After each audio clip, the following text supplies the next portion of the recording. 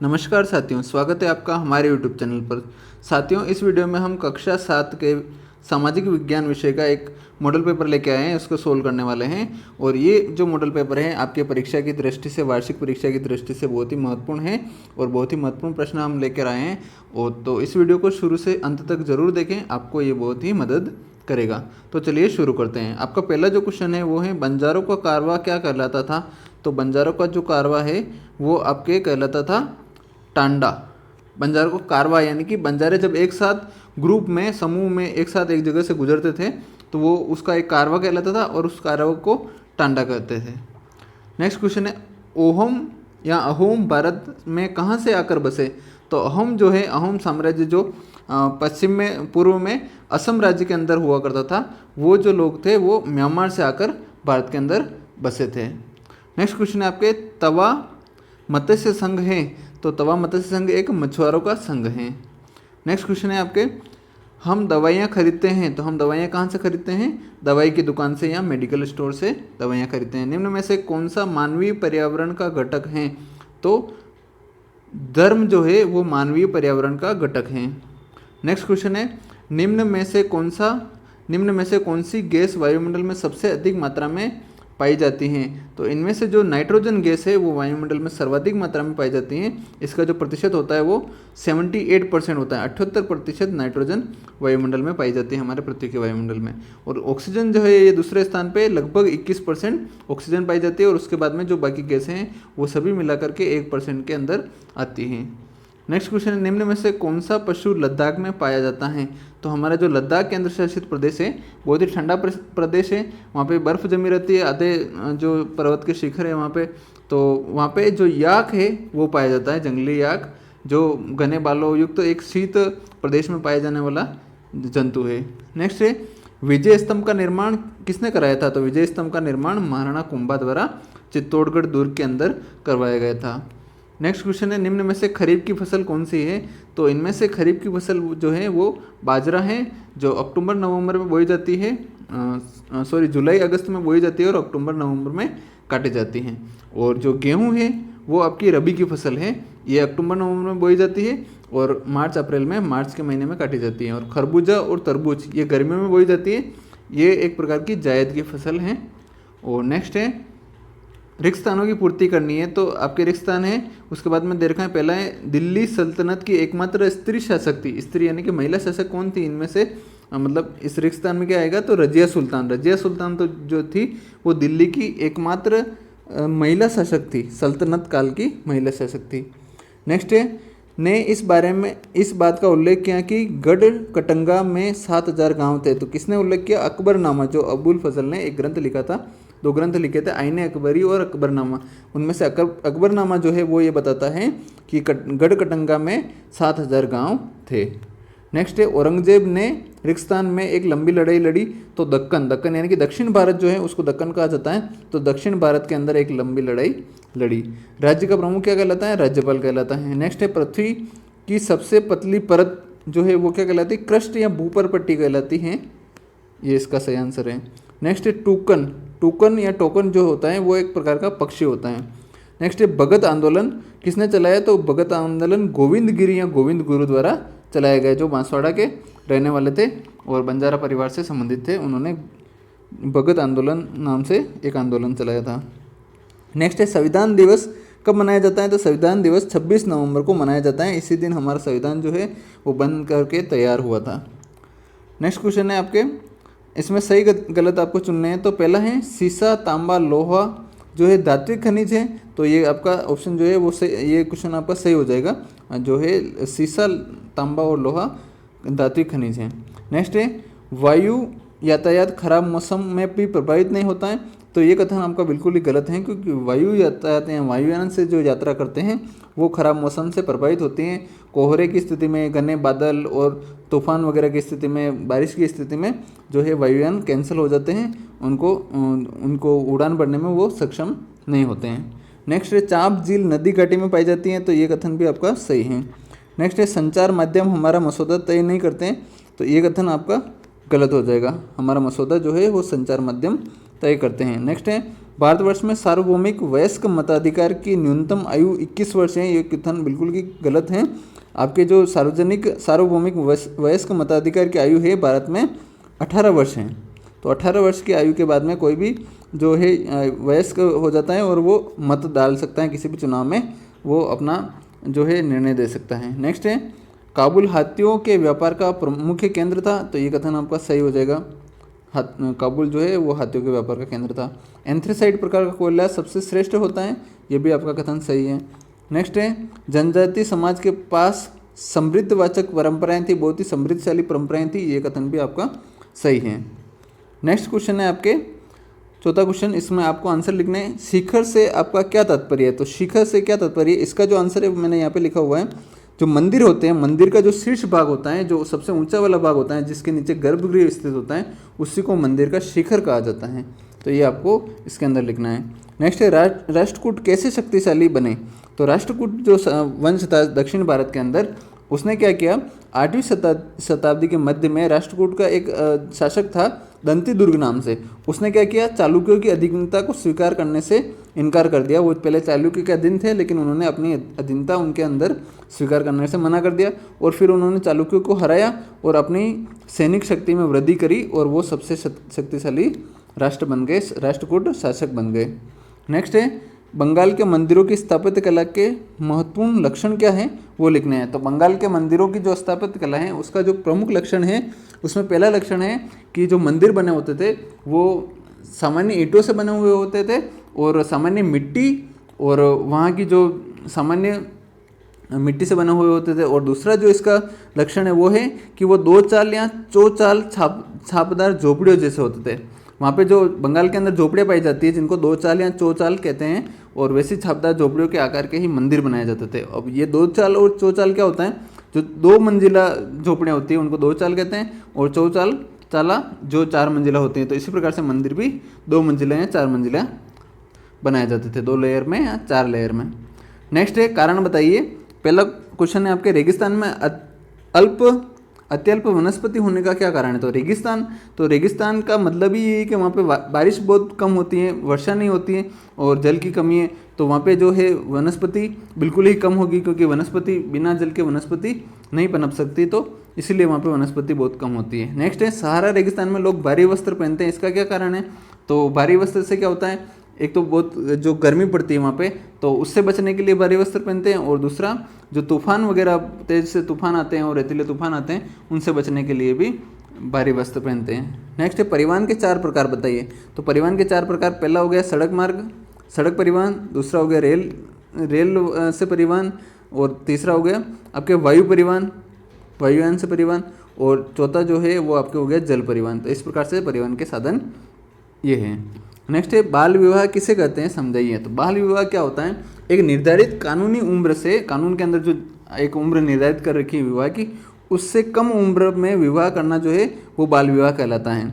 और भारत के संविधान में, भारत के कानून के अंदर जो आयु निर्धारित की हुई है वो 18 और 21 वर्ष निर्धारित की गई, यानी कि लड़कियों के लिए 18 वर्ष और लड़कों के लिए 21 वर्ष निर्धारित की गई है। तो इस आयु से, निर्धारित आयु से कम आयु में विवाह करना बाल विवाह कहलाता है। इस प्रकार से आपको इसका आंसर लिखना है। नेक्स्ट क्वेश्चन है, आयात निर्यात की परिभाषा एवं महत्व को समझाइए। तो आयात क्या होता है, जिन वस्तुओं की हमें आवश्यकता होती है लेकिन हमारे देश में उत्पादित नहीं होती है, उनको किसी दूसरे देश से, विदेशों से मंगवाना जो है वो कहलाता है आपका आयात। और निर्यात क्या होता है, निर्यात वो होता है जिसमें हमारे देश के अंदर कोई भी वस्तु अधिकता में उत्पादित हो रही है, हमारे जो उपयोग हैं उससे ज़्यादा उत्पादित हो रही हैं, तो हम क्या करते हैं, दूसरे देशों को उसका भेज देते हैं जिनको उसकी आवश्यकता होती है, तो वो क्या कहलाता है, निर्यात कहलाता है। तो ये आयात और निर्यात की परिभाषा हो गई।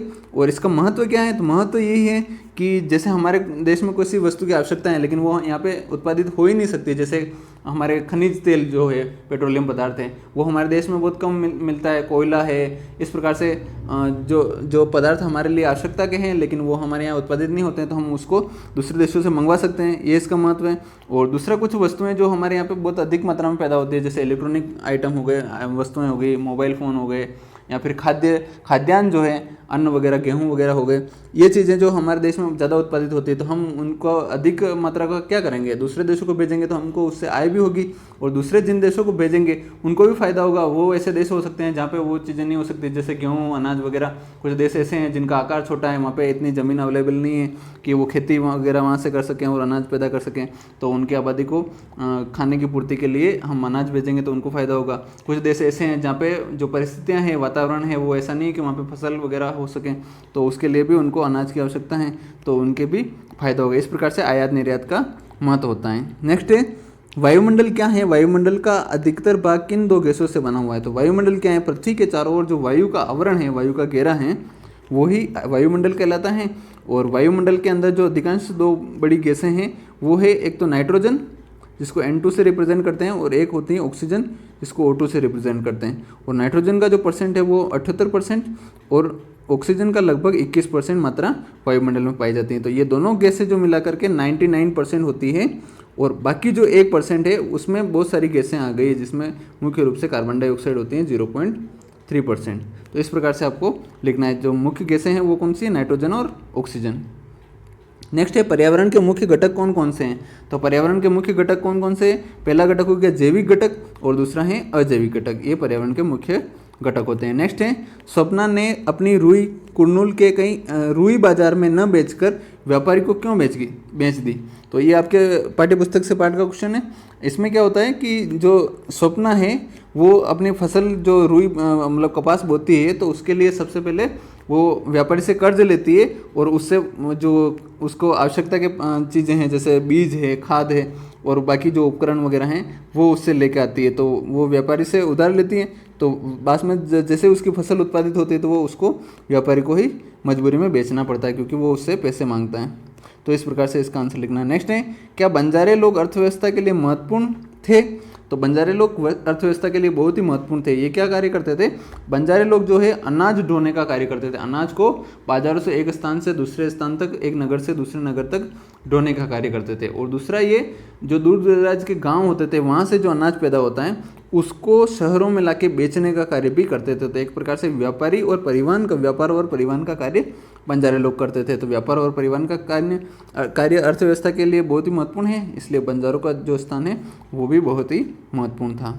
नेक्स्ट है आपके विचार में मंदिरों के आसपास नगर क्यों विकसित हुए।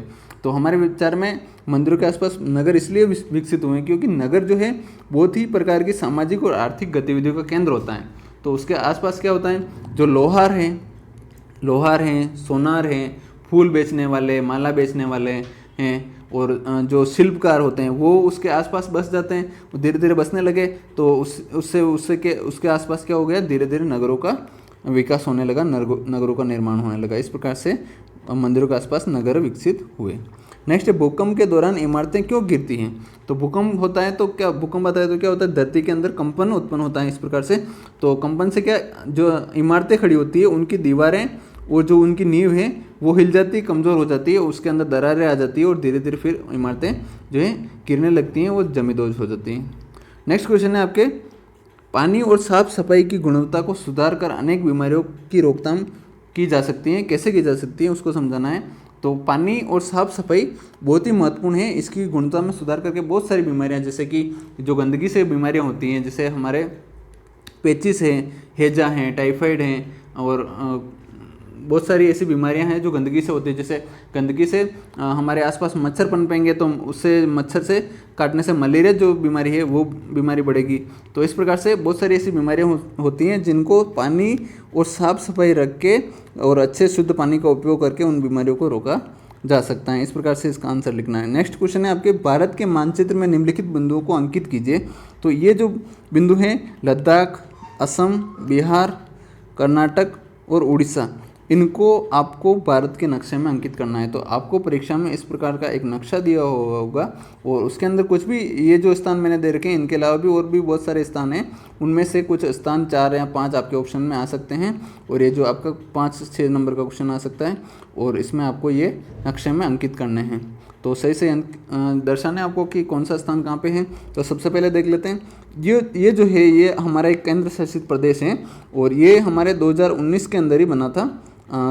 लद्दाख नाम से। पहले लद्दाख ये जम्मू और कश्मीर राज्य का हिस्सा था और अब ये एक नया केंद्र शासित बना है।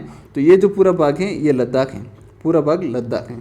और लद्दाख की जो राजधानी है वो है लेह नाम का एक शहर है, वो यहाँ पे स्थित है, वो लद्दाख की राजधानी है। और आपके जो क्वेश्चन में पूछा गया है उनमें से और है, ये है बिहार। बिहार यहाँ पे है और बिहार की राजधानी पटना है। और यहाँ पे है असम, और असम की राजधानी जो है वो दिसपुर है। नेक्स्ट है आपके उड़ीसा पूछा गया था एक, तो ये उड़ीसा राज्य है आपका, और उड़ीसा की राजधानी यहाँ पे समुद्र के किनारे भुवनेश्वर है। और नेक्स्ट जो है आपके कर्नाटक पूछा गया था, तो ये है आपके कर्नाटका, और कर्नाटक की राजधानी आपके बेंगलुरु हो जाएगी। इस प्रकार से आपको नक्शे के अंदर ये स्थान दर्शाने, उस प्रकार से और भी कोई भी स्थान पूछे जा सकते हैं, जरूरी नहीं कि यही पूछे जाएँ। तो मैं आपको बता देता हूँ एक बार शॉर्ट में। ये आपका लद्दाख हो गया, जम्मू कश्मीर, जम्मू कश्मीर की राजधानी श्रीनगर, ये आपका हिमाचल, हिमाचल प्रदेश की राजधानी शिमला, उत्तराखंड की राजधानी देहरादून, ये आपका पंजाब हो गया, पंजाब की राजधानी यहाँ पे चंडीगढ़ है। और ये हरियाणा, हरियाणा की राजधानी भी यहीं पे चंडीगढ़ है। और ये जो है आपका केंद्र शासित प्रदेश दिल्ली हो गया। ये भी लद्दाख भी केंद्र शासित प्रदेश है और जम्मू कश्मीर भी वर्तमान में केंद्र शासित प्रदेश है। ये अपना राजस्थान हो गया, अपना प्यारा राजस्थान, जहाँ पे यहाँ पे इसकी राजधानी जयपुर स्थित है। ये उत्तर प्रदेश हो गया, उत्तर प्रदेश की राजधानी यहाँ पे लखनऊ स्थित है। और बिहार हो गया, बिहार मैंने बता दिया आपको। ये अरुणाचल प्रदेश, इसकी राजधानी ईटानगर है। ये सिक्किम हो गया, सिक्किम की राजधानी गंगटोक है। इस प्रकार से आपके ये राज्य हो जाएंगे। इसमें यहाँ पे आपके नागालैंड हो गया, मणिपुर हो गया, मिज़ोरम हो गया, त्रिपुरा हो गया, मेघालय हो गया। इस प्रकार से ये पश्चिम बंगाल, राजधानी कोलकाता, झारखंड, और झारखंड की राजधानी रांची हो गई। और ये उड़ीसा मैंने बता दिया, छत्तीसगढ़ रायपुर राजधानी हो गई, मध्य प्रदेश भोपाल राजधानी हो गई, ये गुजरात गांधीनगर राजधानी। और ये जो राज्य है आपका महाराष्ट्र राज्य है, महाराष्ट्र की राजधानी जो है समुद्र के किनारे यहाँ पे मुंबई स्थित है।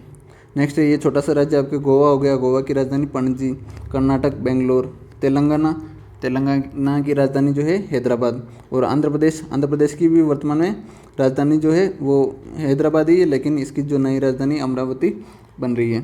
और उसके बाद में ये दक्षिण में आपके राज्य आ जाएंगे केरल और तमिलनाडु। तो केरल ये हो गया, केरल की राजधानी तिरुवनंतपुरम, और तमिलनाडु की राजधानी चेन्नई। इस प्रकार से। और ये आपकी बंगाल की खाड़ी हो गया, बे ऑफ बंगाल, और ये आपके अरब सागर हो गया इधर। और नीचे जो है आपका हिंद महासागर है। और ये भारत का पड़ोसी देश श्रीलंका है। और बाकी पड़ोसी देश देख लेते हैं। ये आपके म्यांमार या बर्मा हो गया, ये जो पड़ोसी देश है आपके। यहाँ पे ऊपर तिब्बत हो गया और उधर ऊपर चीन है। तिब्बत भी चीन का ही पार्ट है वर्तमान में संविधान एक वास्तविक रूप से, लेकिन तिब्बत को हम हमेशा भारत का एक पड़ोसी देश के रूप में देखते हैं। यहाँ पे ये जो है पाकिस्तान हो गया इस प्रकार से। और ये जो है भारत की थोड़ी सी सीमा यहाँ पे लग रही है, ये जो है अफ़गानिस्तान है, और ये नेपाल है, और ये भूटान है। यहाँ पे ये जो राज्य है आपका भूटान हो जाएगा। एक मिनट में आपको बता देता हूँ। ये वाला जो राज्य है वो आपका भूटान हो जाएगा इस प्रकार से। तो इस वीडियो में इतना ही साथियों, मिलते हैं नेक्स्ट वीडियो में, तब तक के लिए धन्यवाद।